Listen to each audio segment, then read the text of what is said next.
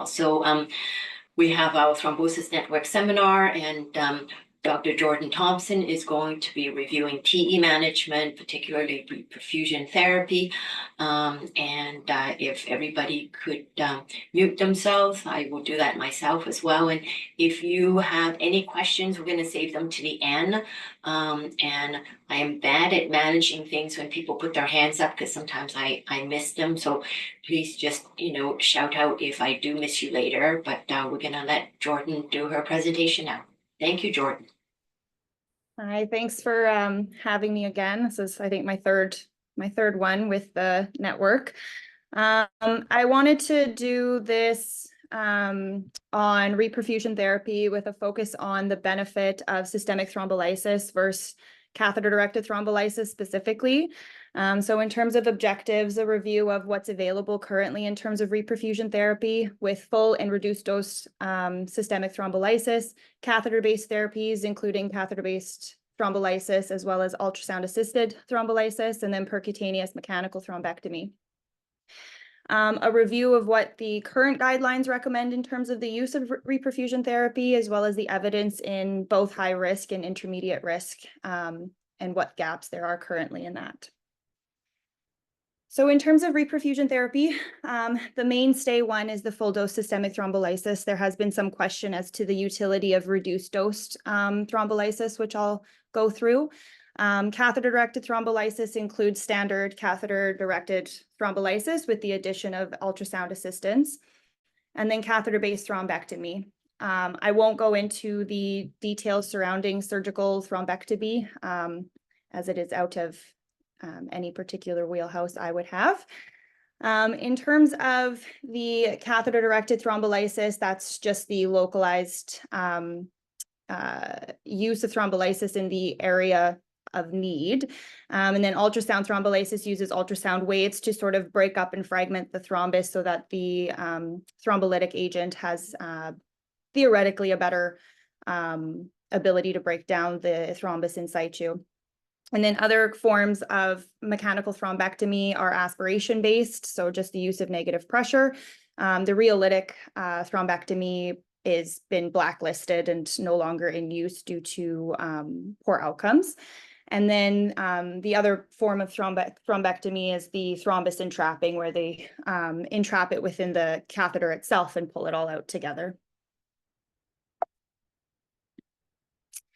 In terms of the benefit of reperfusion therapy, a recent retrospective study had looked at an all-comer use of reperfusion therapy in 382 patients. 28 of those patients were low risk, 32% were intermediate risk, or intermediate low risk, and then 34% were intermediate high risk, and a very small proportion were high risk. 28% of patients in total received reperfusion therapy. All of those which did receive it were either high risk or intermediate high risk. And for the majority of patients, they received either catheter-based thrombolysis or mechanical thrombectomy in the majority of cases.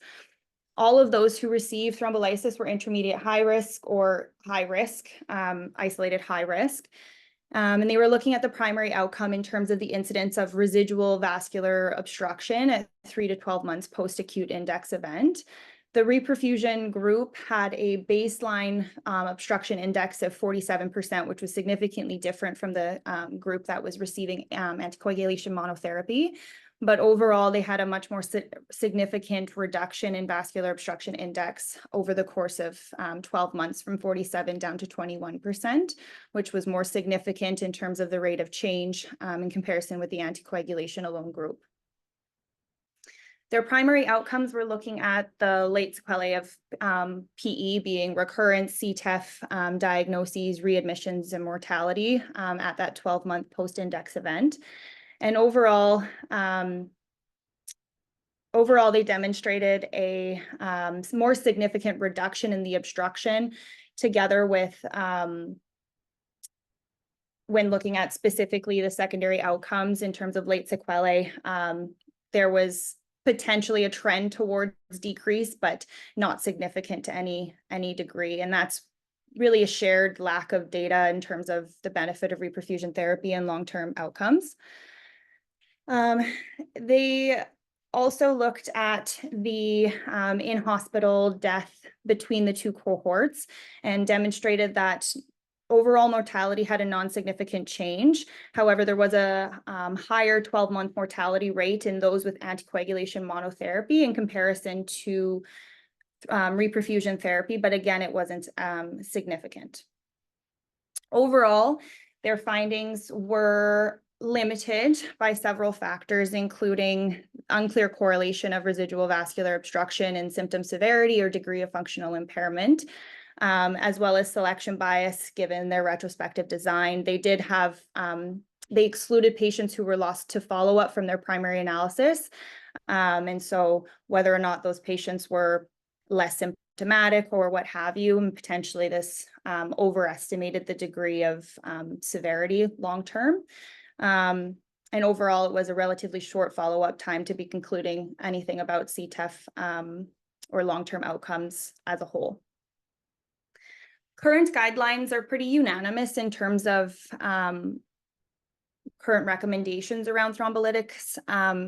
For the Thrombosis Canada guidelines, it's primarily indicated for high-risk PEs who are hemodynamically unstable or cardiac arrest with not another clear alternative diagnosis in the absence of contraindications, which I'll go through. It's not routinely recommended for intermediate risk unless those patients are having persistent symptoms, severe right heart dysfunction, or subsequent clinical deterioration with a concomitant low bleed risk or considered a low bleed risk. In terms of modality, systemic thrombolysis is the recommended first-line agent with catheter-directed therapies.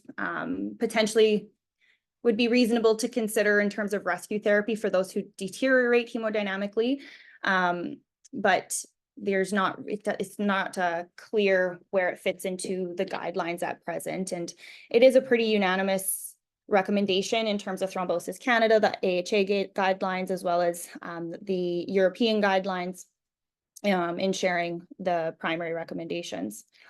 In terms of absolute contraindications, I'm sure we're all aware of these, but any history of hemorrhagic stroke, an ischemic stroke less than 6 months, CNS malignancy or structural disease, suspected aortic dissection or significant brain injury less than 3 weeks, or bleeding diathesis. There are additional relative contraindications to be considered, but in isolation would not exclude a patient from reasonable consideration of reperfusion therapy. In terms of the evidence that we have for systemic thrombolysis, specifically around the high-risk category, it is pretty sparse. The first trial was back in 1970 and included a very small portion of actual high-risk PE at around 9%.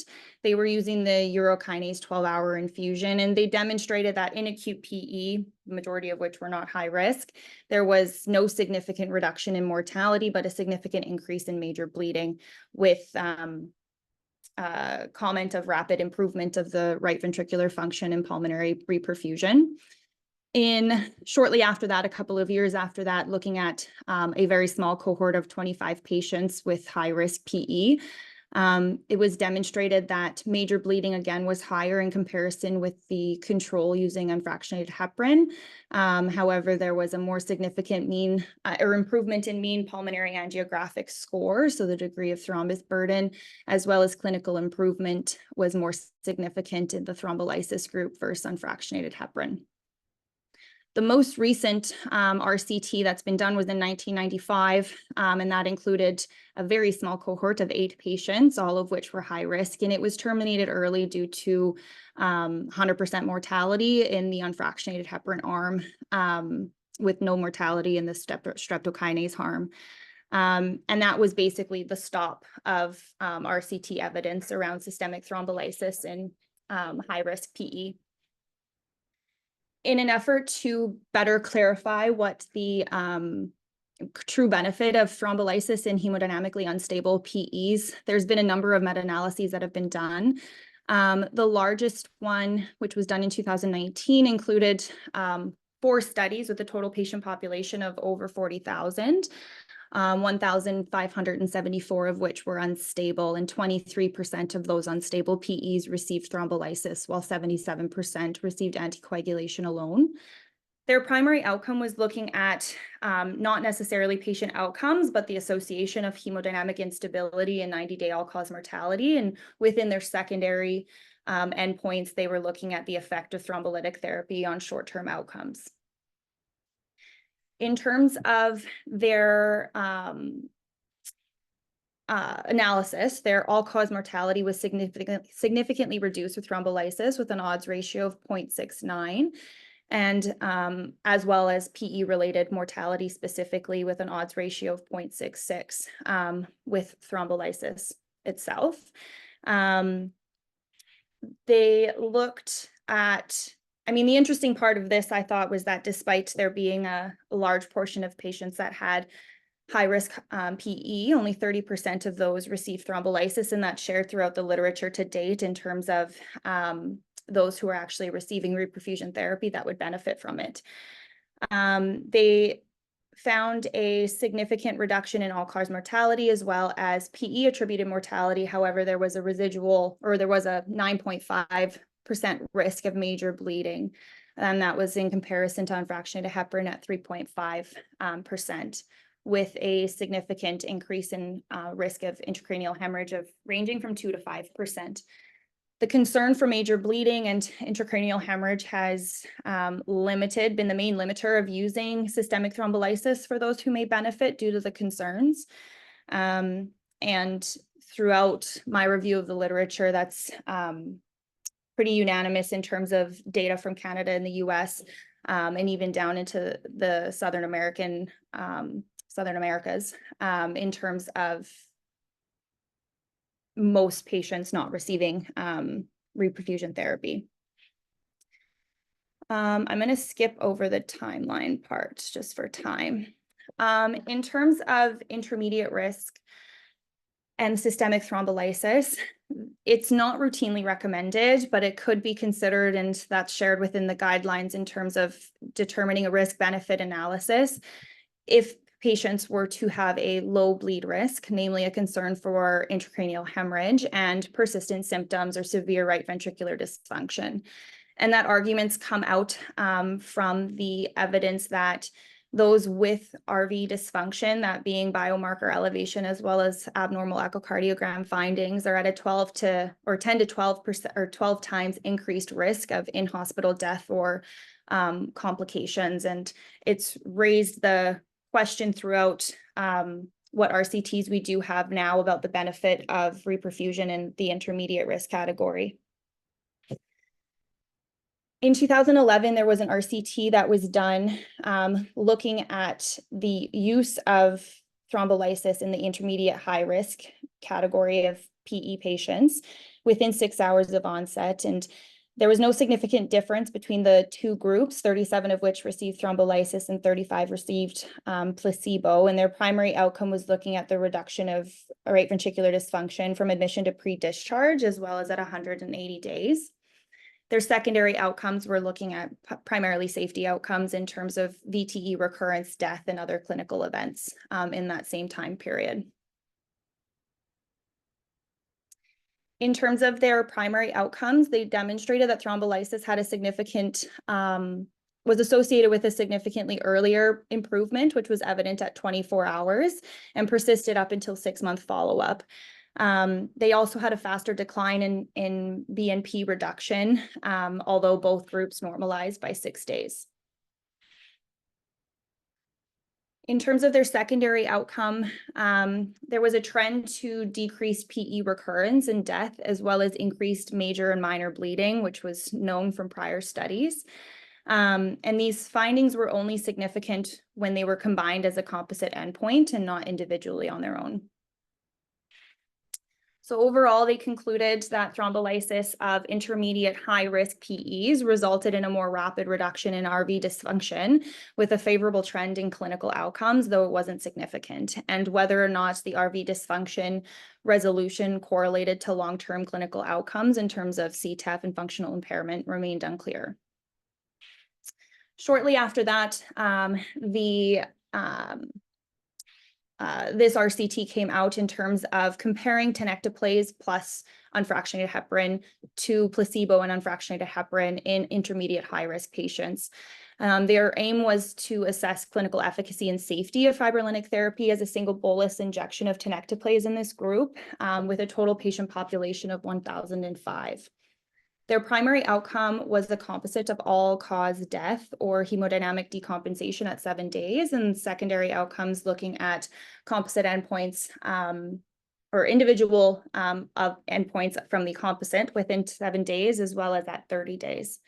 And their safety outcomes were looking at the incidence of intracranial or extracranial bleeding, as well as serious adverse events at 30 days. In terms of their primary outcome, they did note a significant reduction in the composite endpoint of all-cause mortality and hemodynamic decompensation in the tenecteplase group with an odds ratio of 0.44. And that odds ratio and benefit decreased over the age of 75. When they separated these endpoints, they maintained significance only for hemodynamic decompensation, not for all-cause mortality.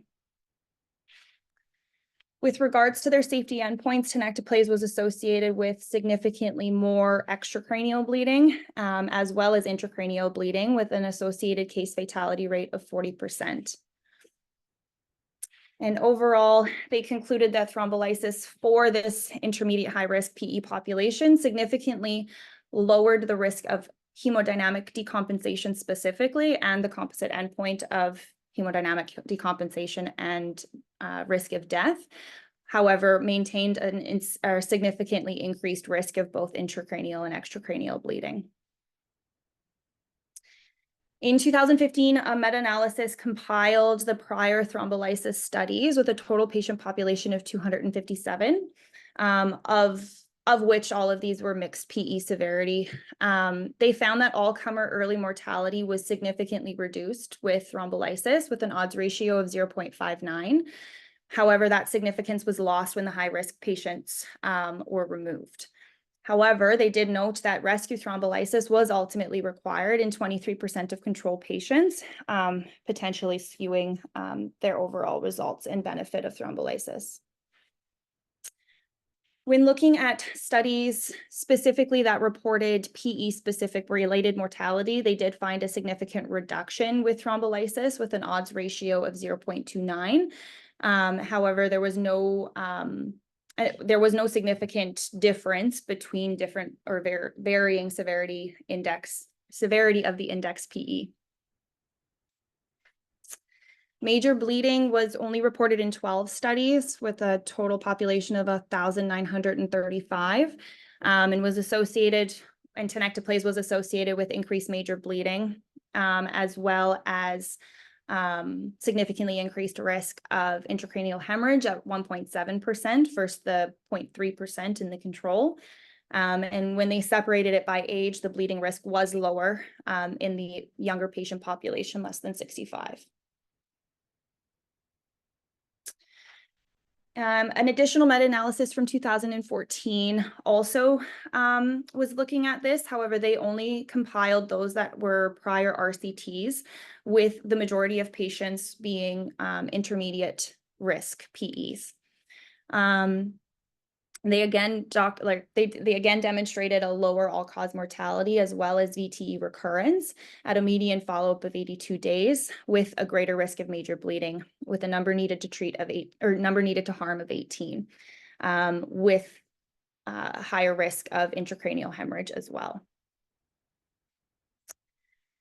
They also did a pre-specified analysis for the 8 prior RCTs, which exclusively enrolled intermediate high-risk patients, and demonstrated thrombolysis was associated with lower mortality with an odds ratio of 0.48, with a greater risk of bleeding. And this benefit was largely derived from the use of thrombolytics within the contemporary era from 2009 to 2014 in the intermediate high-risk category, suggesting some benefit.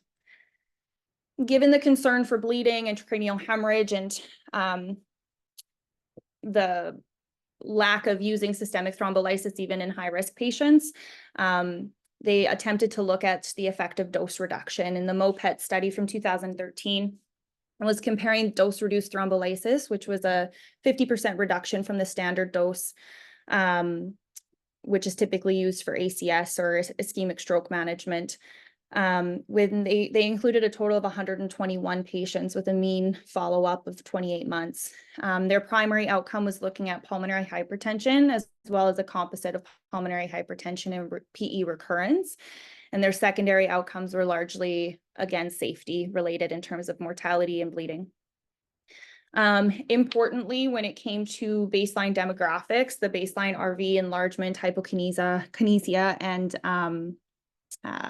biomarkers were similar between the two groups.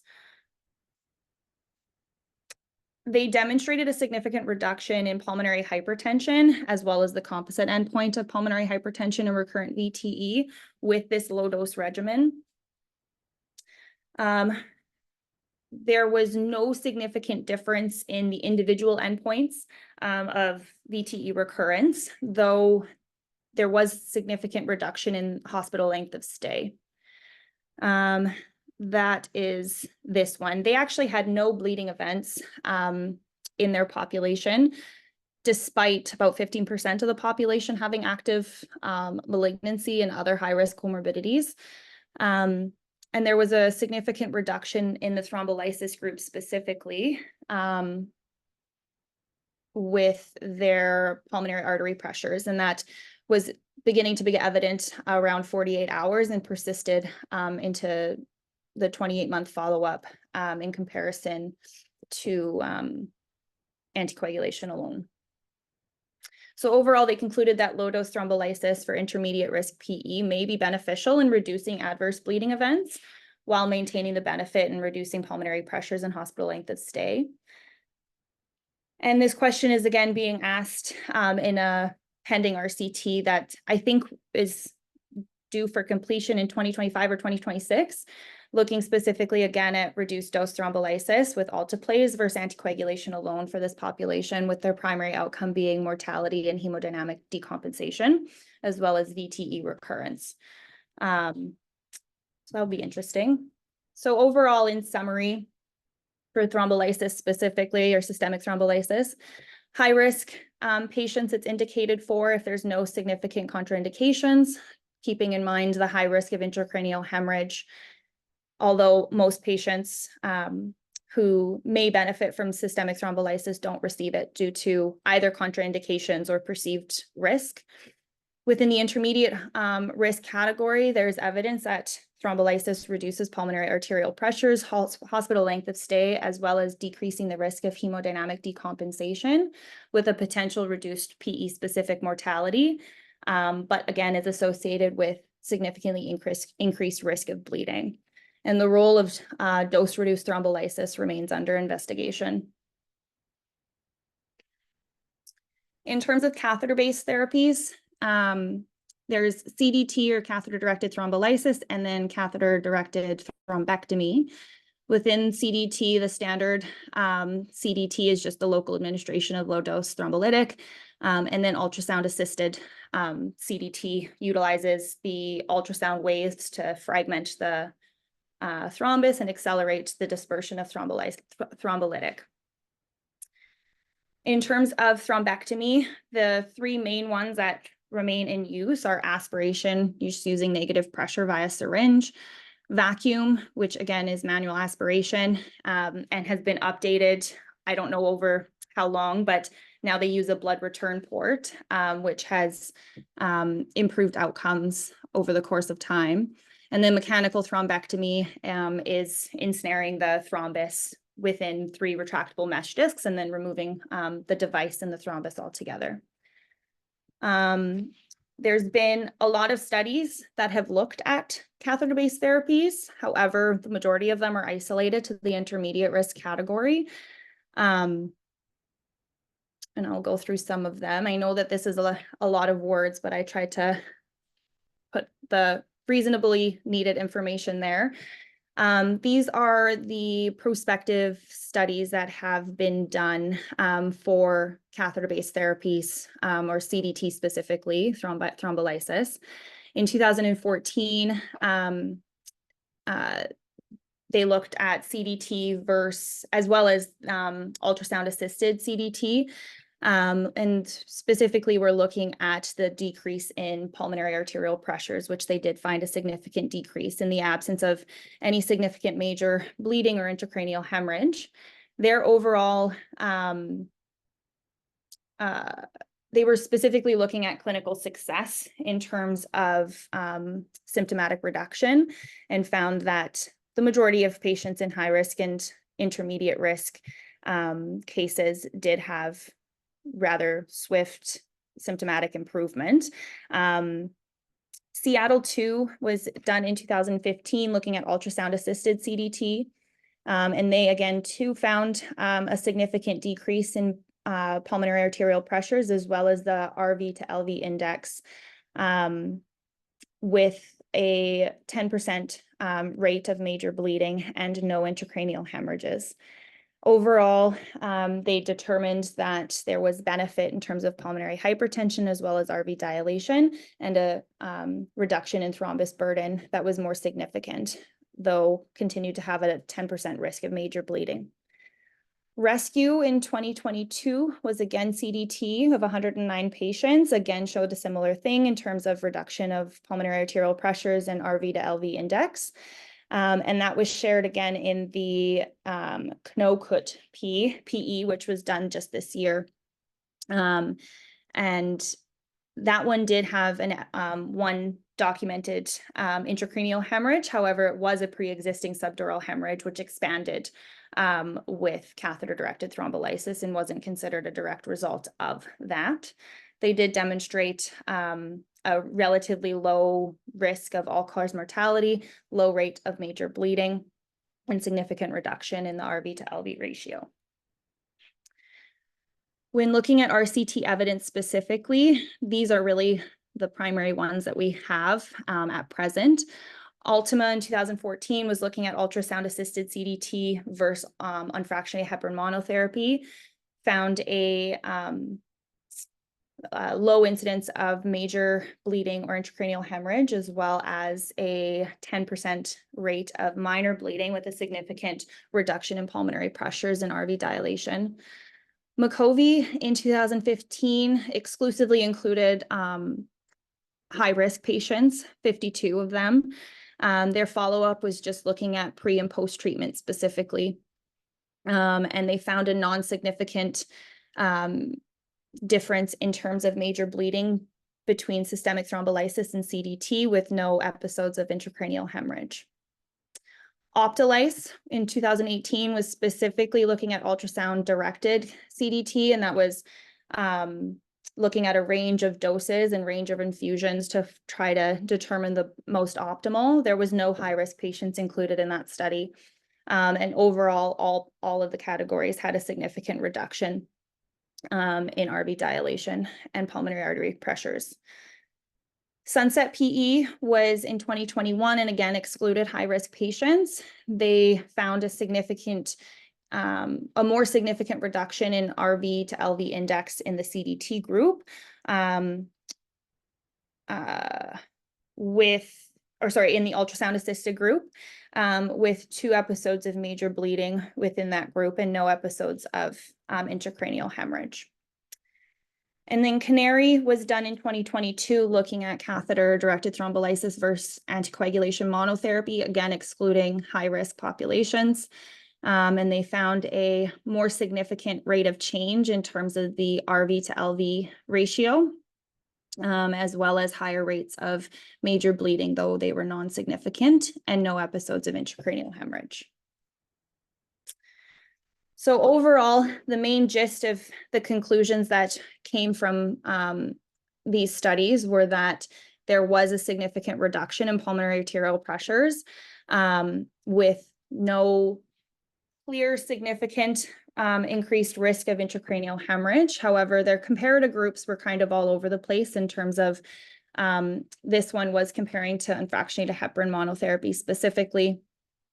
We don't really have, this is our only study looking at catheter-based therapies and systemic thrombolysis, and their outcomes were favorable in terms of bleeding complications specifically, but their sample size was quite small and definitive conclusions can't really be made from that.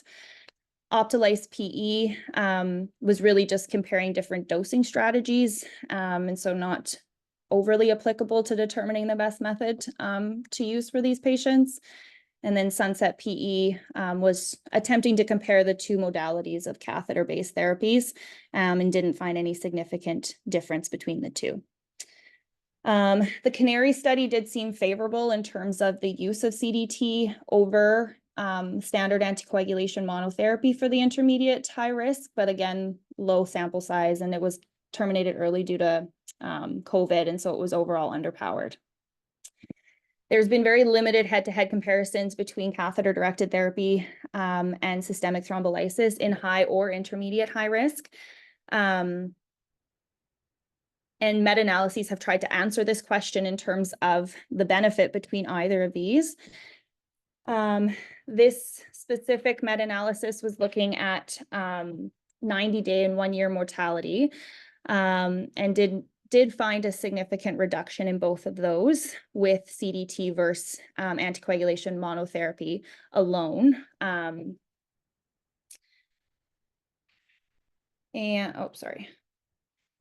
However, there was no significant difference in major bleeding. There were higher in-hospital minor bleeding associated with CDT specifically. They did also look at the reduction of pulmonary arterial pressures as well as RV and LV ratio, and found a significant reduction in both of those with CDT rather than anticoagulation monotherapy. They did do a subgroup analysis looking at standard CDT with ultrasound-assisted CDT, both in comparison to anticoagulation monotherapy, and found that ultrasound assistance was associated with reduced in-hospital 30-day, 90-day, and 1-year mortality with no significant difference in minor bleeding. Whereas standard CDT only had a significant reduction in in-hospital mortality with a significant increase in minor bleeding. Overall, they concluded that the use of CDT reduced mortality with an increase in minor bleeding, though no difference in major bleeding. And while ultrasound assisted CDT may have a greater impact than standard CDT in terms of mortality benefit, but that's not a rounded out conclusion. There has been additional meta-analyses in that regard, and they've all kind of shared similar findings in terms of reduced in-hospital mortality in the intermediate high-risk population. Mechanical thrombectomy, again, also has pretty limited evidence in terms of use. There's been 4 studies, all of which have been prospective, and only one of them included a comparator arm. FLAME, which was done in last year, was looking at FlowTriever mechanical thrombectomy versus other forms of therapy, with the majority of patients receiving systemic thrombolysis. There was a total of 115 patients, 53 patients per treatment arm, and all of those were high risk. They did not measure RV to LV index change or pulmonary arterial pressures, and we're primarily looking at adverse clinical outcomes, that being mortality, need for alternative rescue strategy, clinical deterioration, or major bleeding. And they did find that there was a significantly lower composite outcome of those adverse clinical outcomes associated with mechanical thrombectomy. But they weren't looking at other outcomes that has been similar to trials in the past. The remainder of these were all prospective single-arm studies, and for the most part, they in 2019, FLAIR was just attempting to demonstrate safety and efficacy, which they did, though again, it's pretty small patient numbers. And then EXTRACT and FLASH again, demonstrated safety with low rates of adverse outcomes and associated significant reduction in RV to LV ratio with relatively low rates of major bleeding. But again, no comparator arm. This meta-analysis was done in 2024, sorry, this year, looking specifically at thrombectomy versus catheter-directed therapy. They included 8 prior RCTs and observational studies that compared the two specifically. They included surgical thrombectomy in their thrombectomy category, so it was either percutaneous or surgical, as well as both intermediate and high-risk patients. They demonstrated a significant reduction in hospital mortality associated with thrombectomy, as well as a reduction or no significant difference, in terms of major bleeding, need for blood transfusion, or stroke. They also noted a similar improvement in RV to LV ratio between the two strategies. And subgroup analysis separating thrombectomy modality in terms of surgical or catheter-based. They demonstrated that those receiving CDT had a similar in-hospital mortality rate to percutaneous thrombectomy, with a lower in-hospital mortality rate in comparison to surgical thrombectomy, while the major bleeding rates between the two were quite similar to CDT. These are the pending RCTs that are currently in the works. The high, I don't know how they want me to pronounce that, but this this study specifically is looking at intermediate to high risk patients and the use of ultrasound assisted CDT versus anticoagulation monotherapy. However, importantly, all of the pending clinical trials are isolated to intermediate high risk PE, and there's no pending investigations for the use of reperfusion therapy in high risk PEs specifically. So in summary, when it comes to systemic thrombolysis, it's indicated for high and potentially intermediate high risk patients who have persistent symptoms or severe RV dysfunction with associated clinical deterioration. There is an increased risk of major bleeding and intracranial hemorrhage. High-risk PE patients benefit in terms of a significant reduction in mortality as well as RV dysfunction, while intermediate high-risk patients may have a reduction in hospital length of stay and PE-related mortality, as well as incidence of hemodynamic decompensation. The role of dose-reduced thrombolysis remains in question with pending trials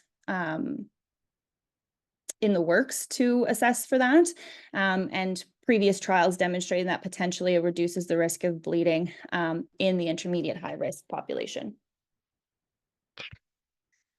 CDT, that being standard or ultrasound assisted, is currently a second line therapy for high risk PE for those who have, by guideline recommendation, failed thrombolysis, or they are at a high risk of bleeding, contraindicating them to the use of thrombolysis, systemic thrombolysis. Evidence is largely limited to a few small scale RCTs and prospective studies. There's limited evidence in terms of CDT versus standard CDT versus ultrasound assisted, with only one RCT and one meta-analysis, which has suggested no significant difference, and limited evidence comparing catheter directed thrombolysis to systemic thrombolysis, with only one high-risk PE RCT, which was still quite small in numbers, and did suggest potentially decreased mortality with improved thrombus resolution. There has been some meta-analyses that have also suggested a mortality benefit with catheter-directed therapy versus anticoagulation alone in the intermediate to high-risk categories, but largely limited by prospective single-arm studies. In terms of percutaneous thrombectomy, again, limited evidence to only four prospective studies, and most of those lacking a comparator arm. However, there's some suggestion that potentially there's a significant reduction in adverse outcomes in comparison to systemic thrombolysis or anticoagulation alone. So I know that was a lot of information. I'm not sure if there's any questions or comments specifically around that. I know you had mentioned, Dr. Lee, before I started about the PERT activation and PERT teams. I didn't get that far. That's okay. Thank you very much, Jordan. That was a lot of information, and obviously you went through a lot of papers. I mean, this is an area that continues to evolve, and certainly, and I think we're a little bit more behind than our US colleagues who often are, a little bit more aggressive and active and invasive sort of thing. But I mean, I'm actually sort of glad to hear that, the data still really isn't there. But I'll just open things up for questions. I'm just